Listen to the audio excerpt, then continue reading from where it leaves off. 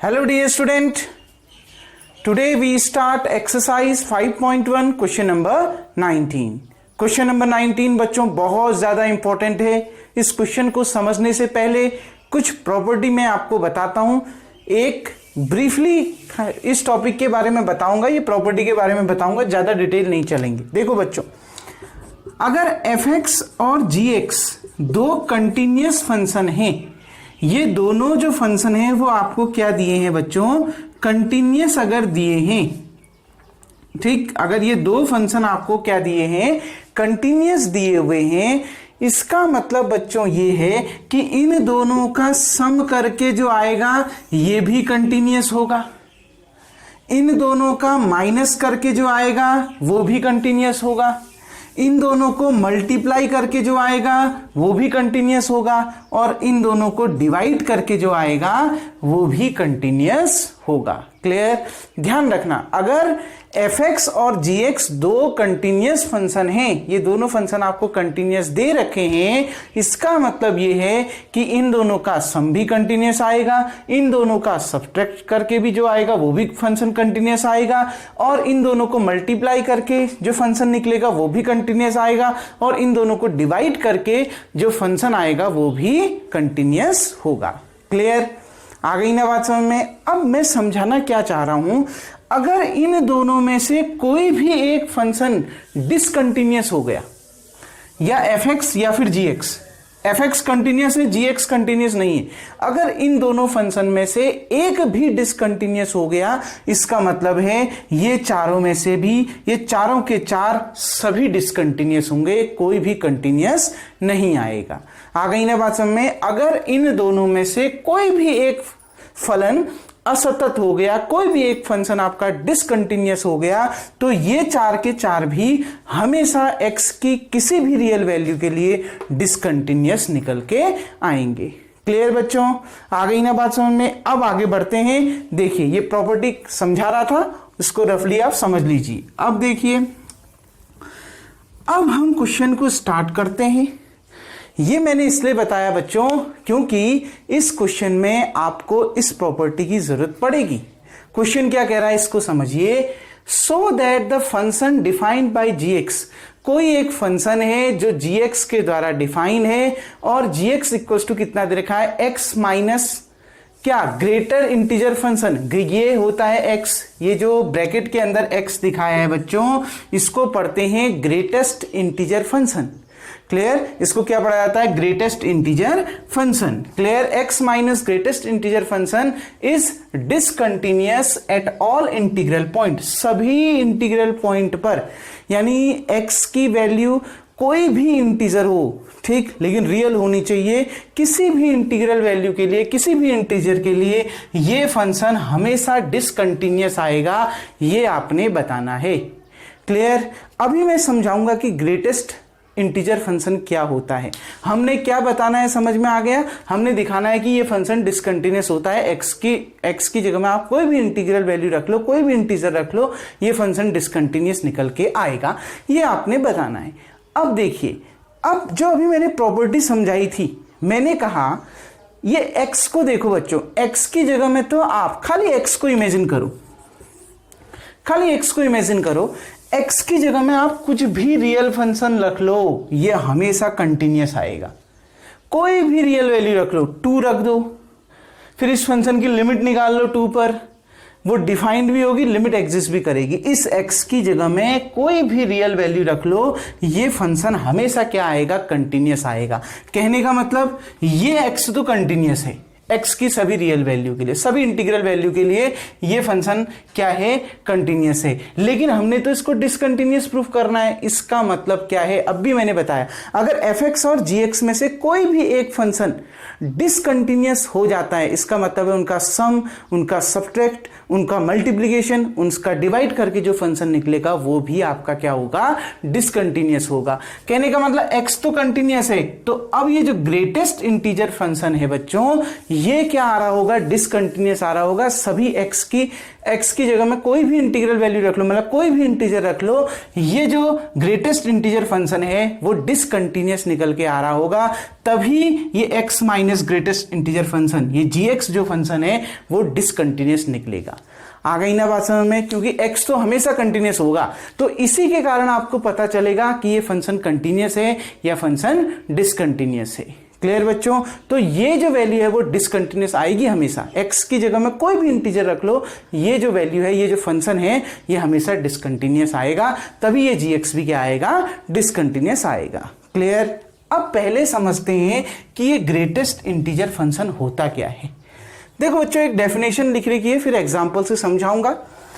Greatest integer function को आप denotate करते हैं y से या fx से, जो बराबर होता है इसके। ब्रैकेट के अंदर हम x को लिखते हैं, क्लोज ब्रैकेट होता है, उसके अंदर हम x को लिखते हैं। आ गई ना बात समझ में। एंड डिफाइंड बाय, ये ग्रेटेस्ट इंटीजर फंक्शन जो है किससे डिफाइंड होता है, द लार्जेस्ट इंटीजर, यानी सबसे बड़ा इंटीजर जो लेस देन और इक्वल टू x, जो x के बराबर या x से छोटा होगा। कहने का मतलब जैसे 2.9 है, अच्छा 2.2 है, पहले इसको लेता हूं। आ गई ना बात में। मैंने कहा कि ये आपका इस ग्रेटेस्ट इंटीजर फंक्शन की वैल्यू निकालो, कितनी आएगी। अब भी मैंने लिखा रखा है greatest integer function largest integer होता है, यानी सबसे बड़ा इंटीजर होता है जो x के बराबर या x से छोटा होगा। x ये है, यानी या तो वो 2.2 के बराबर होगा या तो 2.2 से छोटा होगा, लेकिन होगा सबसे बड़ा, क्योंकि 2.2 इंटीजर नहीं होता। इंटीजर होना चाहिए, 2.2 आपका इंटीजर नहीं होता। 2.2 से छोटा इंटीजर क्या है, 2। 1 भी तो 2.2 से छोटा है, 0 भी तो 2.2 से छोटा है। ये देखिए 2.2 से छोटे में 2 भी आया, 1 भी आया, 0 भी आया, -1 भी आया, -2 भी आया, अनंत आएंगे, इनफाइनाइट इंटीजर आएंगे जो 2.2 से छोटे होंगे। तो ग्रेटेस्ट इंटीजर फंक्शन क्या है, इनमें से सबसे बड़ा इंटीजर, इनमें से सबसे बड़ा इंटीजर जो ये 2.2 के बराबर हो या फिर इससे कम हो, x के बराबर हो या फिर इससे कम हो, लेकिन होना सबसे बड़ा चाहिए। तो बताइए इन सब में सबसे बड़ा कौन है, जो इसके इक्वल तो नहीं हो सकता क्योंकि 2.2 इंटीजर नहीं है। क्लियर बच्चों। इसके नजदीक कोई इंटीजर जो इन सब में सबसे बड़ा है 2, तो इसकी वैल्यू कितनी आ गई, 2। आ गई ना बात समझ में। क्लियर। अगर मैं यहां पर ये लिख दूं 2.9, इसका मतलब ये नहीं कि ये 3 होगा। मैंने अभी डेफिनेशन में बोला ना, लार्जेस्ट इंटीजर जो या तो इसके बराबर हो या तो इससे कम हो, इससे बड़ा नहीं होना चाहिए, या तो इसके बराबर होना चाहिए या तो इससे कम। अब 2.9 इंटीजर नहीं होता, ठीक। तो 2.9 से छोटा जो इंटीजर है वो क्या है, 2। और इन देखो ये सब 2.9 से छोटे हैं इंटीजर, लेकिन इनमें सबसे बड़ा इंटीजर कौन है, 2। तो इसका आंसर भी क्या आ गया, 2। क्लियर बच्चों। आ गई ना बात समझ में। अगर मैं ये लिख दूं 3, क्लोज्ड इंटरवल 3 और ओपन इंटरवल 4, ये इस तरीके से मैंने दिखा दिया। क्लियर बच्चों। इसका मतलब है इसमें 3 इंक्लूड है, 4 इंक्लूड नहीं है। तो बताइए इसमें जो ग्रेटेस्ट इंटीजर फंक्शन है वो क्या होगा। आ गई ना बात समझ में। इसमें जो ग्रेटेस्ट इंटीजर फंक्शन होगा, इसकी जो इस ग्रेटेस्ट इंटीजर फंक्शन की वैल्यू क्या होगी, इसकी वैल्यू होगी 3। आ गई ना बात समझ में। क्यों, क्योंकि इसमें जो x है वो 3 के बराबर या 3 से बड़ा है लेकिन 4 से छोटा है, तो इंटीजर 3 है। आ रही ना बात में। मैंने क्या बोला, x के बराबर होना चाहिए या तो x से छोटा होना चाहिए। अब इनके बीच में जो भी नंबर आएंगे, ठीक, 3.1, 3.2, 3.3, वो इंटीजर तो होते नहीं, लेकिन x की वैल्यू 3 भी तो है। तो इसमें जो ग्रेटेस्ट इंटीजर फंक्शन होगा वो कितना होगा, इस ग्रेटेस्ट इंटीजर फंक्शन की जो वैल्यू निकल के आएगी, कितनी निकल के आएगी, 3 निकल के आएगी। तो बच्चों ग्रेटेस्ट इंटीजर फंक्शन समझ में आ गया। ग्रेटेस्ट इंटीजर फंक्शन क्या है, लार्जेस्ट इंटीजर है जो x के बराबर या x से कम होगा, इससे बड़ा नहीं होना चाहिए। जैसे 2.9 को 3 मत लिख देना, नजदीक तो ये 3 के है ना। आ रही है ना बस में। या तो रियल नंबर में ऐसे भी समझ सकते हैं, 0, -1, -2, -3, 1, 2, 3। मैं पूछ रहा हूं, अगर आपसे किसी ने पूछ दिया 2.9 या 2.7, ठीक 2.7 इसका जो है ग्रेटेस्ट इंटीजर फंक्शन, इस ग्रेटेस्ट इंटीजर फंक्शन की वैल्यू निकाल के देखो तो 2.7 के जो लेफ्ट साइड में इंटीजर होगा वो इसकी वैल्यू होती है। रियल नंबर में ऐसे याद रख सकते हैं। 2 जो भी आपने, जिसका भी आपने ग्रेटेस्ट इंटीजर फंक्शन निकालना है या ग्रेटेस्ट इंटीजर निकालना है, उसके लेफ्ट में जो सबसे बड़ा इंटीजर होगा या जस्ट उसके लेफ्ट में जो इंटीजर होगा वही इसका आंसर है। तो 2.7 के लेफ्ट में क्या है इंटीजर 2, तो यही इसका क्या है बच्चों आंसर है। आ गई ना बात समझ में? क्लियर? ठीक, ग्रेटेस्ट इंटीजर फंक्शन इसमें क्या निकल के आ गया, इसकी वैल्यू कितनी निकल के आ गई, 2 निकल के आ गई। क्लियर बच्चों? ठीक, क्यों वो मैंने समझा दिया। इससे पहले इनफाइनाइट इंटीजर है लेकिन उनमें सबसे बड़ा इंटीजर कौन है 2, तो इसका आंसर क्या आ गया 2 आ गया। क्लियर बच्चों? ग्रेटेस्ट इंटीजर फंक्शन उम्मीद करता हूं आपको समझ में आ गया होगा। अब क्वेश्चन की ओर बढ़ते हैं, इसको आप पॉज करके उतार लेंगे। ये डेफिनेशन भी मैंने लिखवाई है, डेफिनेशन भी आप वीडियो को पॉज करके सबसे पहले उतार लेंगे। अब मैं इसको मिटा रहा हूं। अब देखिए बच्चों, इस क्वेश्चन को हम ग्राफ के मदद से सॉल्व करेंगे, बिना ग्राफ से हम इसको सॉल्व नहीं कर सकते। By the definition of greatest integer function y equals to ये ब्रैकेट के अंदर x, इसी से तो डिनोट करते हैं। ठीक, इसकी डेफिनेशन के अकॉर्डिंग क्या, ये जो ग्रेटेस्ट इंटीजर फंक्शन की जो वैल्यू है वो क्या हो सकती है। ग्राफ प्लॉट करने के लिए हमें कुछ पॉइंट की जरूरत पड़ेगी, उस पॉइंट को देखते हैं। देखो बच्चों, अगर सपोज कर रहा हूं, मैं अपने मन से ले रहा हूं, x की वैल्यू 0 के बराबर या 0 से बड़ी है और 1 से छोटी है, तो बच्चों इसकी वैल्यू क्या आएगी। 0 और 1 के बीच जितने भी नंबर आते हैं क्या वो इंटीजर होंगे, नहीं होंगे। क्लियर? x की वैल्यू 0 के बराबर है या उससे बड़ी है लेकिन 1 से छोटी है, 1 तो नहीं है। क्लियर बच्चों? तो 0 से 1 के बीच में जितने भी आपके नंबर आएंगे उनका अगर ग्रेटेस्ट इंटीजर फंक्शन आप निकालना चाहोगे, ग्रेटेस्ट इंटीजर फंक्शन की वैल्यू निकालना चाहोगे, जैसे ये 0.8, इसकी वैल्यू क्या आएगी 0। क्या बोला, जो लार्जेस्ट इंटीजर, वो लार्जेस्ट इंटीजर जो या तो इसके बराबर हो या तो इससे छोटा हो। अब 0.8 के बराबर 0.8 इंटीजर थोड़ा होता है, 0.7 इंटीजर थोड़ा होता है, 0.6 इंटीजर थोड़ा होता है, लेकिन इसके नजदीक एक इंटीजर है क्या 0। आ गई ना बात में? तो इस ग्रेटेस्ट इंटीजर फंक्शन की वैल्यू कितनी हो गई 0 निकल के आ गई। लार्जेस्ट इंटीजर जो इसके बराबर या इससे छोटा है तो वो क्या है 0। इससे छोटे तो और भी है ना, -1, -2, -3, ये भी तो आएंगे, लेकिन उनमें सबसे बड़ा कौन है 0, तब इसका आंसर क्या आएगा 0 आएगा। तो इसमें इसकी वैल्यू कितनी आ गई 0। अगर मैं यहां पर लिख दूं x की वैल्यू 1 से बड़ी या 1 के बराबर और 2 से छोटी, तो इस फंक्शन की वैल्यू कितनी निकल के आ गई 1। आ गई ना बात समझ? जैसे 1.5 है, उस ग्रेटेस्ट इंटीजर फंक्शन की वैल्यू कितनी आएगी 1, 1.5 से छोटा या उसके बराबर। अब 1.5 तो इंटीजर है नहीं, तो इंटीजर कौन है 1, तो यहां पर क्या आ गया 1। क्लियर बच्चों? अब देखिए, अगर मैं बात करूं x की वैल्यू 2 के क्या बराबर या 2 से बड़ी और क्या 3 से आपकी छोटी, आ गई ना बात समझ में? ठीक, तो इस समय जो फंक्शन की वैल्यू आएगी वो कितनी आएगी 2। अगर मैं कुछ नेगेटिव नंबर भी ले लेता हूं, जैसे यहीं पर ले लिया हमने, कुछ नेगेटिव भी ले लेते, ये x is greater and equal to क्या, हमने यहां पर ले लिया -1, ठीक, और यहां पर ले लिया 0। x की वैल्यू -1 के बराबर या -1 से बड़ी और 0 से छोटी। क्लियर बच्चों?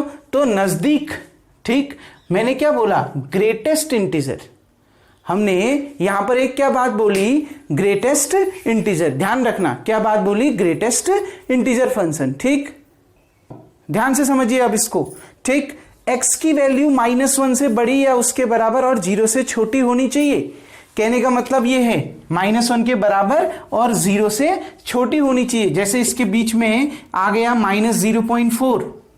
क्लियर? तो इसकी वैल्यू क्या होगी, हमें डेफिनेशन से देखो, लार्जेस्ट इंटीजर, ठीक, वो लार्जेस्ट इंटीजर जिसकी वैल्यू या तो x की वैल्यू इसके बराबर होगी या तो इससे क्या होगी कम होगी। देखो, लार्जेस्ट इंटीजर जो x के बराबर होगा या x से छोटा होगा।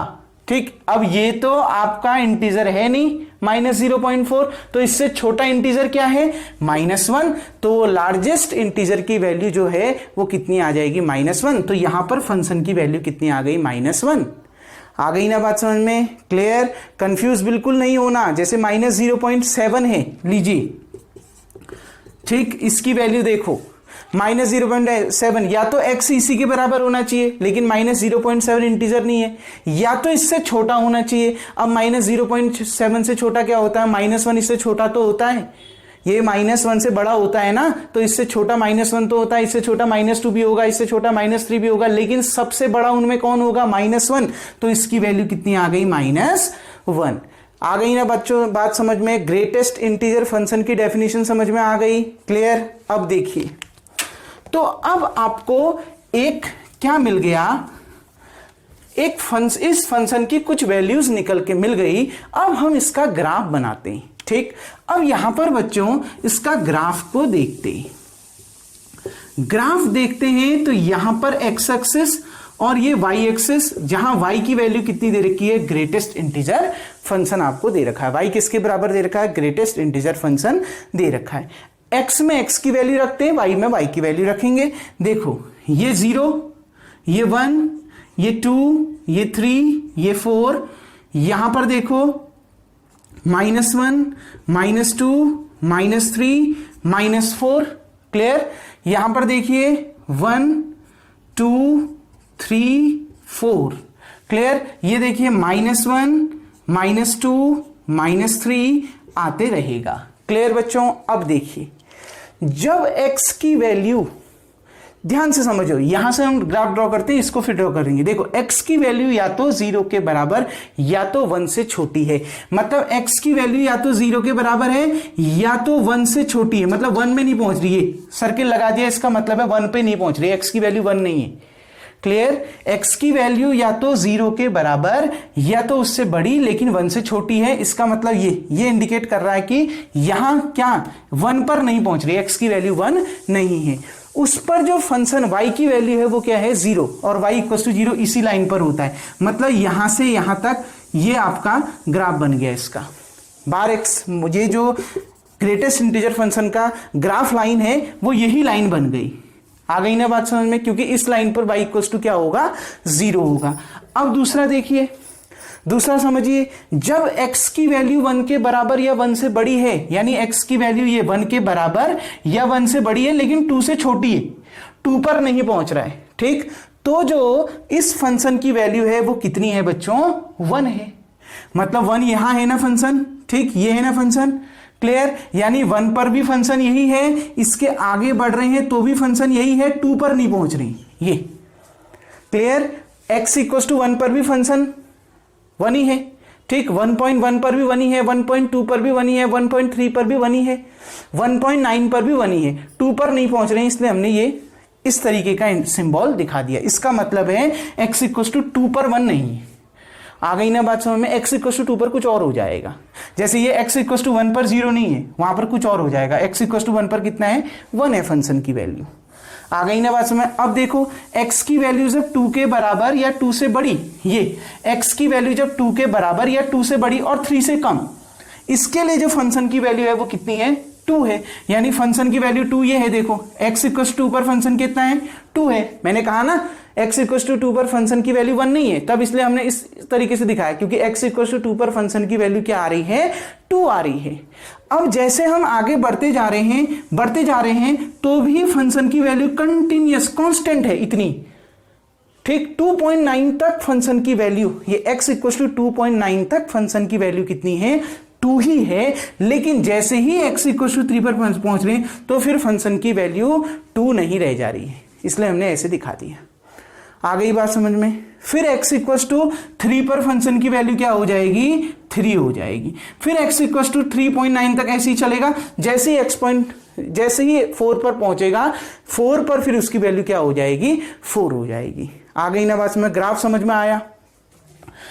x की वैल्यू जब 0 से 1 के बीच पर है, 0 है या फिर 1 से छोटी है, तो फंक्शन की वैल्यू y की वैल्यू 0 है। यानी ये कंटिन्यू, ये 1 पर 0 नहीं है, 1 पर कितनी हो जा रही है? 1 हो जा रही है। फिर 1.9 तक 1 है, फिर 2 पर कितनी हो जा रही है? 2 हो जा रही है। हो जा रही है ना। फिर 2.9 तक कितनी है, 2 ही है। फिर 3 पर कितनी हो जा रही है, ये ऊपर देखो 3 पर कितनी हो जा रही है, 3 हो जा रही है। मतलब ये ग्राफ क्या हो रहा है, ब्रेक हो रहा है ना। x इक्वल्स टू 1 पर भी ग्राफ ब्रेक हो गया, क्योंकि 1 पर वैल्यू कितनी हो जा रही है, 1 पेन उठाना पड़ रहा है ना। मैंने पहले दिन यही डेफिनेशन दी थी, आ गई ना बात समझ में। x इक्वल्स टू 1 पर ग्राफ ब्रेक हो गया, x इक्वल्स टू 2 पर भी ग्राफ ब्रेक हो गया, x इक्वल्स टू 3 पर भी ये फंक्शन के लिए जो ग्राफ है वो क्या हो गया, ब्रेक हो गया। मतलब बार बार हमें पॉइंट अपने पेन को उठाना पड़ रहा है। दिख रहा है साफ साफ। इसका मतलब है ये जो फंक्शन है वो डिसकंटिन्यूअस है। क्यों, क्योंकि इसमें x इक्वल्स टू 1 पर, x इक्वल्स टू 2 पर, x इक्वल्स टू 3 पर, ऐसी -1 पर, -2 पर जो फंक्शन का ग्राफ है, जो फंक्शन है वो ब्रेक हो रहा है। यानी यही पॉइंट इसमें क्या है, डिसकंटिन्यूटी के पॉइंट है। क्या ये ग्राफ कंटिन्यूअस है, पहले दिन की डेफिनेशन याद करो, क्या ये ग्राफ कंटिन्यूअस है, नहीं है। इसका मतलब है ये जो फंक्शन है वो क्या है, डिसकंटिन्यूअस है। क्या, बाय ग्राफ we clearly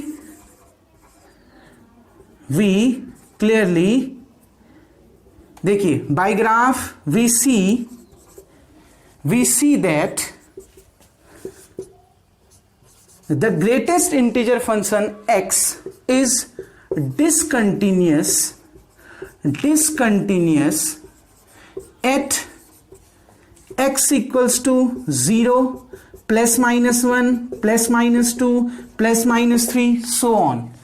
3 पर भी टूट रहा है, -3 में भी तो टूटेगा, ऐसे ही माइनस में भी तो बनेगा। ये बना रखा है ना, -1 से 0 के लिए, मतलब जब x की वैल्यू 0 से बड़ी और -1 के बराबर या -1 से छोटी है, ये यहां तक, तो फंक्शन की वैल्यू कितनी है, -1। ये यानी जब 0 पर है तो -1 है यहां पर, ठीक। ऐसे आगे बढ़ते जा रहा हूं, -1 ही है, लेकिन जैसे ही 1 पे पहुंच रहा हूं तो फिर -1 नहीं हो जा रही, फिर वैल्यू कितनी हो जा रही है, 2 हो जा रही। क्लियर बच्चों, ग्राफ समझ में आ गया कैसे ड्रॉ करना है, क्लियर, ठीक। इसका मतलब है ये जो फंक्शन है वो डिसकंटिन्यूअस है इस पर।